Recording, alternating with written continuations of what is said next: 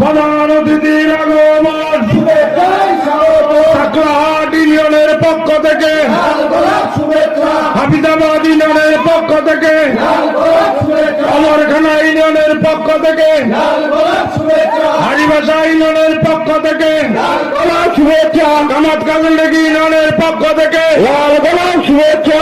প্রধান অতিথির আগমন শুভেচ্ছার স্বাগত, প্রধান অতিথির আগমন শুভেচ্ছার স্বাগত, প্রধান অতিথির আগমন শুভেচ্ছার স্বাগত।